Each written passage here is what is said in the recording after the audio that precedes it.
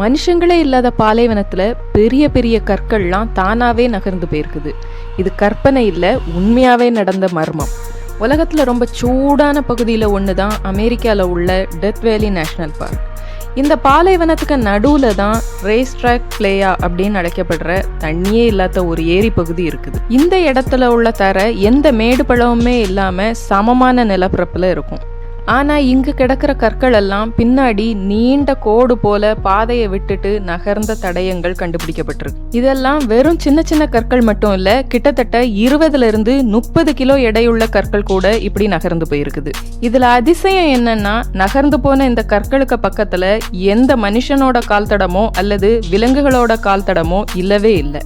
தங்க சுரங்கம் தோண்ட வந்த சில ஆட்கள் தான் இந்த கற்களை நோட் பண்ணி மக்களுக்கிடையில இந்த நியூஸையே பரப்பி இருக்கிறாங்க. அதுக்கு பிறகு நிறைய சயின்டிஸ்ட் அந்த இடத்துக்கு வந்து ரிசர்ச் பண்ண தொடங்கினாங்க. பல வருஷங்களாயும் அது எப்படி தன்னால ஒரு கல் நகர முடியுது அப்படின்னு யாராலையும் கண்டுபிடிக்க முடியல. இந்த நியூஸை கேள்விப்பட்ட நிறைய பேரு இத அமானுஷ்ய சக்தி அப்படின்னு நம்புறாங்க. இன்னும் சிலர் என்ன சொல்றாங்கன்னா, இந்த ஏரியால ஏலியனோட நடமாட்டம் இருக்குது, ஏலியன் தான் அந்த கல்லை இப்படி நகர்த்தி வைக்குது அப்படின்னு சொல்றாங்க. ஏன்னா இந்த கற்கள் நகருதுன்னு எல்லாருக்குமே தெரியுது, ஆனா இது நகர்றத யாருமே இது வரைக்கும் பார்த்ததே இல்லை. இப்படி ஒரு பக்கமா அமானுஷ்யம், மிஸ்ட்ரி, ஏலியன் இப்படியெல்லாம் பேசிட்டு இருக்கும் போதே ரிசர்ச்சர்ஸும் சயின்டிஸ்டும் அவங்களோட வேலையை பண்ணிக்கிட்டு தான் இருந்தாங்க. இந்த கற்கள் தானாவே எப்படி நகழுது அப்படின்னு அவங்களும் ரிசர்ச் பண்ணிட்டு தான் இருந்தாங்க. ஃபைனலி 2014 வருஷம் அங்க ரிசர்ச் பண்ணிட்டு இருந்த சயின்டிஸ்ட் குரூப் என்ன பண்ணுனாங்கன்னா, ஜிபிஎஸ் ட்ராக்கரையும் வெதர் சென்சாரையும் கல்லுல பொருத்தி ரிசர்ச் பண்ண தொடங்கினாங்க. அந்த சயின்டிஸ்ட் எல்லாரும் இந்த ரிசர்ச் முடியறதுக்கு கிட்டத்தட்ட 10 வருஷம் ஆகும் அப்படின்னு நினைச்சிருந்தாங்க. ஆனா 3 வருஷத்துல அந்த கல் எப்படி நகருது அப்படிங்கிறத அவங்க கண்டுபிடிச்சிட்டாங்க. அது என்னன்னா, விண்டர் சீசன்ல நைட்டெல்லாம் அந்த பாலைவனத்துல பயங்கர குளிரா இருக்கும், பனிப்பொழிவும் அதிகமா இருக்கும். அதனால அந்த தரையே பனியால சூழப்பட்டுரும்.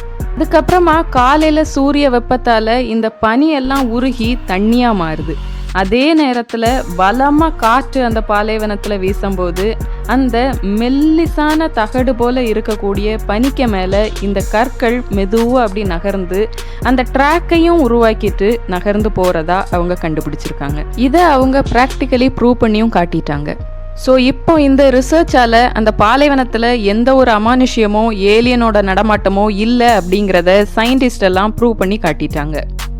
ஆனால் இன்னும் மக்கள் என்ன சொல்கிறாங்கன்னா, இது ரிசர்ச்சர்ஸ் சொல்கிற மாதிரி விண்டர் சீசனில் மட்டும் நடக்கக்கூடிய ஒரு விஷயம் இல்லை, டெய்லி நடக்கக்கூடிய விஷயம். இன்னைக்கு இதில் இருக்கிற கல் நாளைக்கு கொஞ்சம் தூரம் தள்ளி அங்கே போய் இருக்குது. இது எப்படி நடக்குது? இது கண்டிப்பாக இவங்க சொன்ன தியரி படி நடக்கிறதில்ல, இதில் கண்டிப்பாக ஏதோ ஒரு அமானுஷ்யம் இருக்குது அப்படின்னு நம்பிட்டு இருக்கிறேன். நீங்கள் இந்த கற்களை பற்றி என்ன நினைக்கிறீங்க அப்படிங்கிறத கமெண்ட் பாக்ஸில் போடுங்க. மறக்காமல் சேனலை சப்ஸ்கிரைப் பண்ணுங்கள்.